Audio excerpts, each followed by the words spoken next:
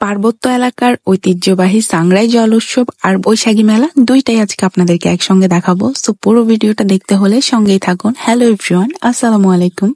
আর আজকে আপনাদেরকে আমি ঘুরে ঘুরে দেখাবো সাংরাই জল উৎসব আর বৈশাখী মেলা। 14ই এপ্রিল বাঙালিদের পহেলা বৈশাখ আর আদিবাসীদের বিজু বা সাংরাই। তো আজকে সে সাংরাইয়ের মেলাটাই দেখাবো আর ঐতিহ্যবাহী পানি খেলা, যেটাকে জল উৎসব বলা হয়।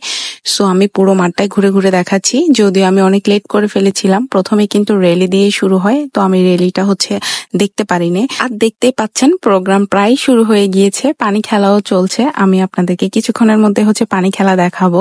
সো এটা গেট দিয়ে আসার সময়, আমি তার আগে আপনাদেরকে মাঠটা দেখিয়েছিলাম। মেলাটা কিন্তু এখান থেকে মূলত শুরু হয়, আর মানুষের ভিড় তো দেখতেই পাচ্ছেন, যেহেতু পানি উৎসব। সো তারপর আমি চলে যাই একদম মাঠের দিকে। আর এক পাশে চলছে সাংস্কৃতিক অনুষ্ঠান, বিকেলে হবে কনসার্ট। তো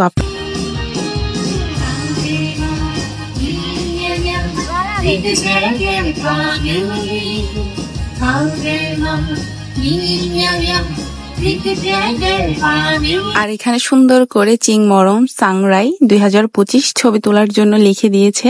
এখন চলুন পানি খেলায়। এখানে প্রায় পানি খেলার এক ধাপ শেষ, এখন দ্বিতীয় পর্বের জন্য প্রস্তুতি নেওয়া হচ্ছে। এখানে 4টা নৌকা আছে, 4টা নৌকায় পানি পুরানো হবে। এখানে এক পাশে ছেলে, এক পাশে মেয়ে, তারপর একজন একজনকে পানি মারবে। খেলাটা মূলত শুরু হওয়ার আগে চলুন আমাকে একটু দেখে নেন। আর এই সুন্দর ছাতা দিয়ে আমি এখানে সুন্দর করে কয়েকটা ভিডিও করে নিলাম, আর ছাতাটা আমাকে কেমন লাগছে সেটাও জানাবেন। আর আমার পাশে একটা পাখির চোখে ভিডিওগ্রাফি চলতেছিল। তো চলুন এখন চলে যাই মেন প্রোগ্রামে। এখন দেখবো আমরা জল উৎসব।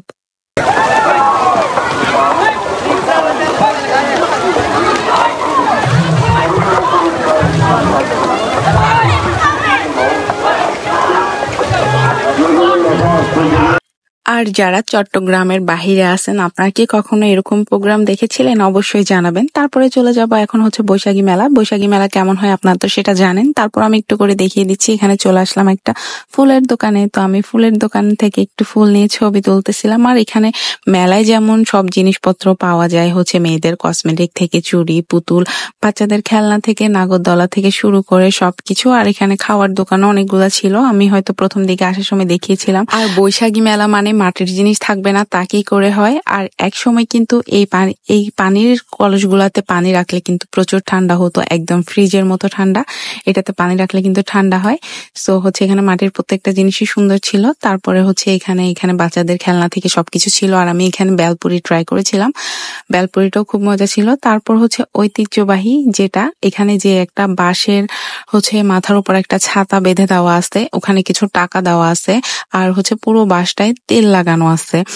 এখান থেকে যে গ্রুপটা উঠে টাকাগুলো নিতে পারবে, ওই টাকাগুলো তার। খেলাটা এমন। সো এখানে অনেকগুলো গ্রুপ উঠে পড়ে যাচ্ছিল, যেহেতু তেল ছিল। এটা কিন্তু আমি প্রথমবার দেখছি। তো ওই খেলাটা কিন্তু খুব সুন্দর। তো এখানে দ্বিতীয় গ্রুপটাও পড়ে যাচ্ছিল। আর এখানে প্রচুর রোদ ছিল, তাই সময় অনেক লাগতেছিল। আমি আর তেমন ওয়েট করি নাই, আমি কিছুক্ষণ দেখে আমি এখান থেকে চলে আসি। আর ওদিকে কিন্তু প্রোগ্রাম চলতেছিল, মোটামুটি পুরো মাঠ জুড়ে প্রোগ্রাম চলতেছিল। সো বিজু মেলা আর সাংরাই কেমন লাগলো সবাই অবশ্যই কমেন্টস করে জানাবেন। তো আজকে এইটুকুই, সবাই ভালো থাকবেন, টাটা।